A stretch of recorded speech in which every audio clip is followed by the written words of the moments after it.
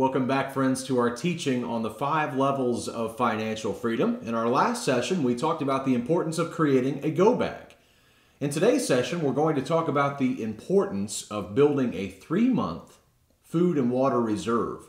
And in particular, today, we're going to focus on the food. As you can see, we have this laid out. My wife, Jennifer, has, you've probably heard her on our program many times, and I'm so glad to have her joining me today. She really has taken the lead in our food storage. I'll talk about water storage in tomorrow's session. But Jennifer, why don't you share a little bit with us about our food storage here at our house? Okay, well, basically in level 1, step 3, you want to create a 3-month food and water reserve for your family. And so that's what we've done. And actually later on in the 5 levels, you'll build that up to a 6-month reserve. But for now, you want to start with having 3 months of plenty of food and water on hand.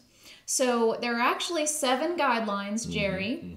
And we actually had a very good friend of ours when we first met. He showed us all about how to create this food and water reserve. And actually, he taught us some really important things about the go bag as well back in step number 2.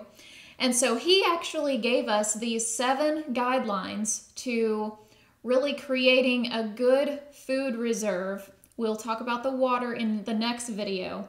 But I'll start with guideline number 1, and that is to create a meal menu system.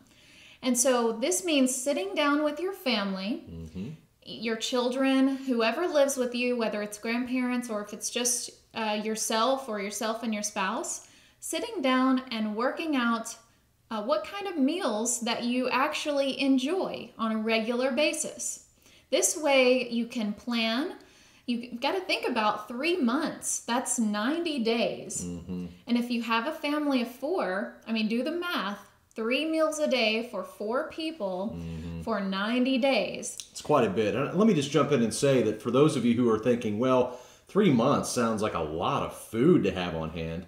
Well, you got to remember that the grocery stores don't make food, and our food supply chain is very precarious. All it would take is one wrinkle in the food supply chain, and much of the items that we walk in and take for granted on the food shelves at the stores wouldn't be there. So it's important for us to have this kind of thing on hand and not depend upon the grocery stores. It really is. And if you create a menu of meals that you actually enjoy, then it can actually help reduce your grocery bill on a regular basis. Let's say your town or your neighborhood never goes through a crisis or a disaster in which you would need a food reserve. Well, it can actually still help reduce your grocery bill because if you stock up on things, our plan is to actually rotate these items into our regular everyday meals. Number 1, to prevent waste of the food and spoilage. And number 2, because we want to practice and really get the hang of eating with all of these long-term storage items. That way we're not shell-shocked if we ever go through a disaster in which we would need the items. Yeah, and there's no doubt that we do have some food storage, like freeze-dried foods. You can certainly go to Sam's or Costco and pick up these large emergency buckets. But honestly, we don't prefer to eat that way. That's not how we eat today, and we wouldn't want to eat like that in a disaster. So why not just eat what you already eat? Why not just buy more of it and then rotate it? Exactly, and that's what we do. So that's guideline number 1, is to create the meal menu system so that you know what to get when you go to the store and you have a plan. Guideline number 2 is to learn to cook off the grid. And so let's say a hurricane strikes in your area and the power completely goes out for a week, maybe even 2. And you can't use your stove and your oven and your microwave. So we really need to learn to cook off the grid. Solar ovens are very good, and you can even make your own for probably $30 or $40 worth of supplies, maybe even cheaper than that. Those are very cool. You can cook breads, cakes, meats, many things in a solar oven. Another item that Jerry and I enjoy is a rocket stove. And this is a stove that you put twigs and sticks and you make a fire It's only about this big. I'll throw a picture up. And it actually is like a burner, but it doesn't use any electricity. It just uses the fire that you create with the wood. And then, of course, there are the mini camping stoves that are very small. This would be good if you're just maybe a single person or yourself and your spouse. Maybe not enough cooking power for making a big family meal. Yeah, and I should throw in too as well, all those resources and tools, you don't just have to use them in a time of crisis. You can use them when you go camping. In fact, when we talked about our go bag in our previous session, that stuff that's in our go bag, we certainly use when we go camping. It comes in handy, so it's not just for a crisis. Absolutely. Guideline number 3 is to keep in mind all of the nutrients that you need on a daily basis.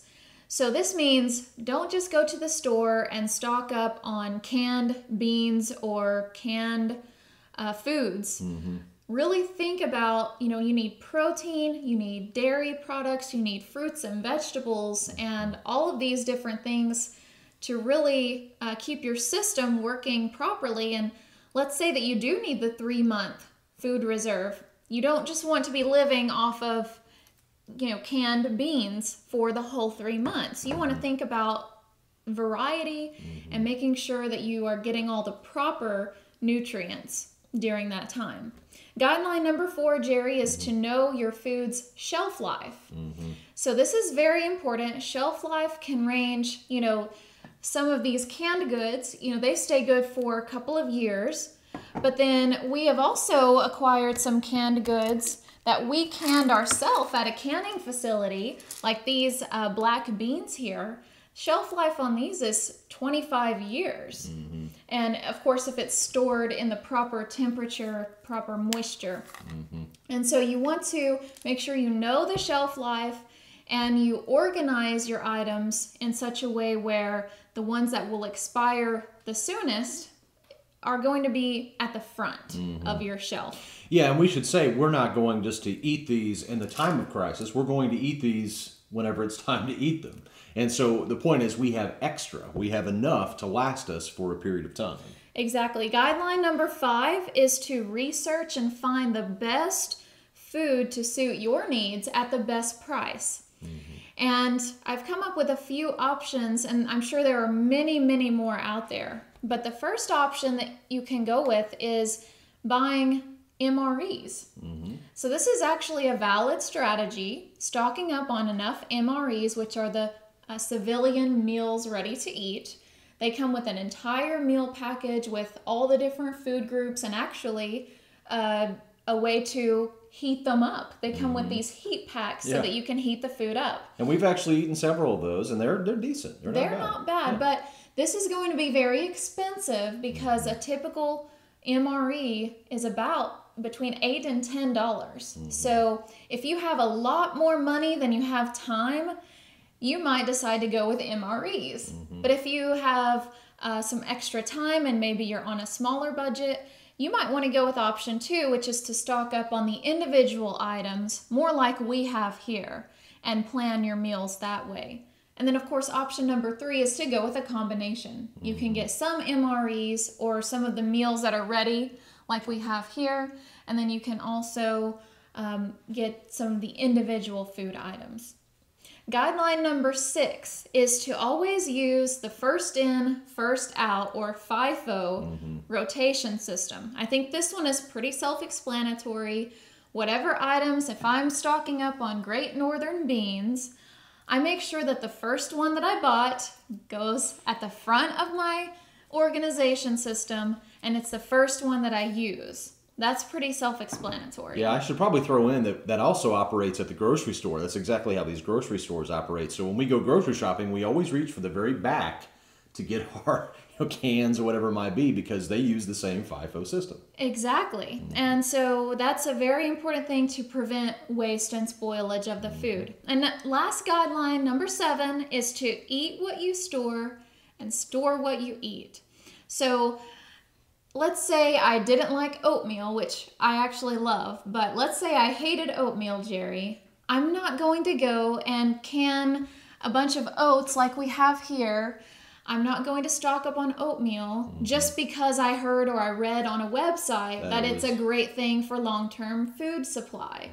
I'm only going to get the things that I enjoy because you want to have some semblance of a normal, enjoyable life in the case that a disaster or crisis strikes. That's the whole point of preparing, is that you have some sort of normalcy during a crisis type situation. And I want to close and conclude with letting you know that it's very important, and I really believe this to be very important, that you really keep your food storage to yourself. Because in a great time of crisis, God forbid we go through a period like that, and everyone knows that you have lots of food in your house, guess where they're coming? They're coming to knock on your door. So if you want to give, let's say that you have a neighbor and they have children and you see that they're going hungry during a time of crisis, you can give them some food, but you can do it anonymously. Our good friend David Morris, who we'll have on the program again soon, who wrote the Urban Survival Guide, has said that the best way to do it is to maybe go over in the middle of the night and just drop off some food on their doorstep. And when they wake up, they get it, but they don't know where it came from. You can give anonymously. But be real careful about bragging about all of your food storage, because in the event that you need it, other people will too. That's right. I've heard that there's nothing more frightening than a man that is starving and who is trying to feed his family. There is nothing more scary in this world than a hungry man. So be careful, be cautious, and you can find out all of our tips and get these 7 guidelines in print format on our website at ftmdaily.com. I'll throw up the link. And with that, tomorrow, Jerry, we will talk about the long-term water supply. Yeah, we're going to talk about long-term water supply. We're going to give you a better demonstration of our Catadion water filter that I showed you in our Go Bag video. And we're also going to show you some unique ways to store water with food-grade barrels. So we'll come back to you with that on our next session. Until next time, friends, God bless.